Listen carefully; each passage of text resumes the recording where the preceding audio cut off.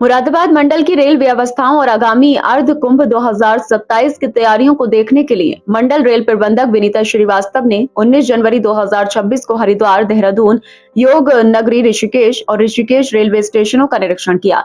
इस दौरान उन्होंने यात्रियों के लिए उपलब्ध सुविधाओं, प्रस्तावित विकास कार्यों और अर्ध कुंभ 2027 के दृष्टिगत की जा रही तैयारियों की विस्तृत समीक्षा की।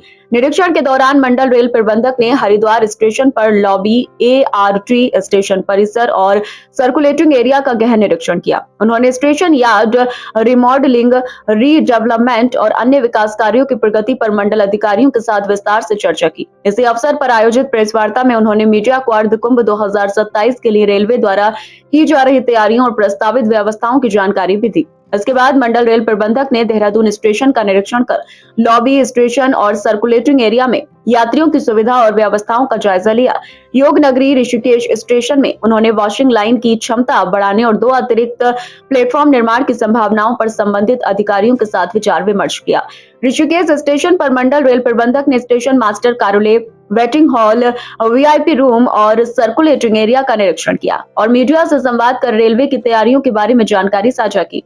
निरीक्षण के दौरान वरिष्ठ मंडल अधिकारी भी उपस्थित रहे, जिनमें वरिष्ठ मंडल वाणिज्य प्रबंधक आदित्य गुप्ता, वरिष्ठ मंडल परिचालन प्रबंधक आशीष सिंह, वरिष्ठ मंडल संकेत एवं दूरसंचार अभियंता अक्षय कुमार, वरिष्ठ मंडल अभियंता पीयूष पाठक, वरिष्ठ मंडल यांत्रिकी अभियंता सत्येंद्र कुमार, वरिष्ठ मंडल विद्युत अभियंता आशु कुमार वर्मा, उप मुख्य अभियंता सपना मीना, मंडल विद्युत अभियंता ऋषभ चौधरी सहित अन्य अधिकारीगण मौजूद थे। मंडल रेल प्रबंधक विनीता श्रीवास्तव ने सभी अधिकारियों को अर्ध कुंभ 2027 के लिए निर्धारित कार्यों को समयबद्ध तरीके से पूर्ण करने और यात्रियों को बेहतर सुविधाएं उपलब्ध कराने के निर्देश दिए। मुरादाबाद मंडल के लिए हरिद्वार एक प्रमुख केंद्र बिंदु है और अगले वर्ष के कुंभ के लिए आज ही से हम लोग पूरा रिव्यू कर रहे हैं, तैयारियों की समीक्षा कर रहे हैं। स्टेट गवर्नमेंट, RPF, GRP और यहाँ स्टेशन की व्यवस्था सबसे अलग अलग चर्चाएं होंगी। गति शक्ति यूनिट के भी, गति शक्ति इकाई के लोग भी हमारे साथ हैं, जो कि न सिर्फ इस अगले साल के बल्कि आगे के चैलेंजेस के लिए जिस प्रकार से यार्ड रीमॉडल होना है, जिस प्रकार से स्टेशन रीडेवलप होना है, उस सब की व्यवस्थाओं पर विचार करेंगे। किस तरह की चीज़ें बदलाव होने वाले हैं? बदलाव कुछ सर्कुलेटिंग एरिया का है, जहाँ परमानेंट और सेमी परमानेंट होल्डिंग एरियाज़ का प्रस्ताव है, जिससे घाट और स्नान के बाद आने वाले पिलग्रिम्स को सुविधा मिले।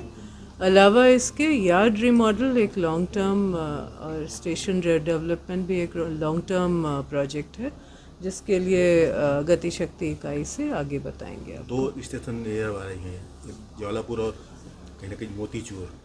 मेले में इनका बहुत उपयोग किया जा सकता है जी, क्या इनको बढ़ाया जाएगा? ज्वालापुर के लिए भी प्लान है, मोतीचूर एक smaller hall train handling plan है।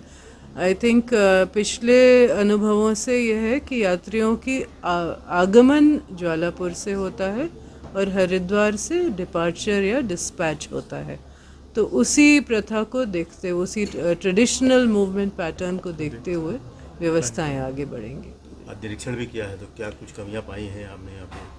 निरीक्षण तो आज एक पहला परिचय था इस शहर से, हालांकि बचपन में काफ़ी आए हैं, लेकिन as a DRM, as a railway functionary और सभी टीम के साथ आने के बाद ये पहला परिचय है। पूरे मुरादाबाद मंडल की बात करें तो यात्रियों को सुगमता बढ़ाने के लिए क्या कुछ और डेवलपमेंट की जा रही है रेलवे की?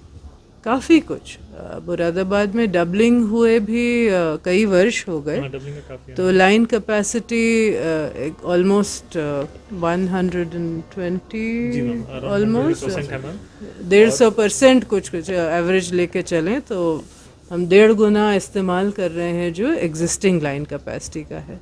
तो उसको भी हर एक सेक्शन का विश्लेषण करके बढ़ाने का भी प्रस्ताव है। साथ में स्टेशंस में जहाँ फुटफॉल ज़्यादा है उनके ऊपर लगभग अमृत भारत के 19 स्टेशन विकसित हो रहे हैं, 2 उनमें से हो चुके हैं, तो ये सब आगे का प्लान है।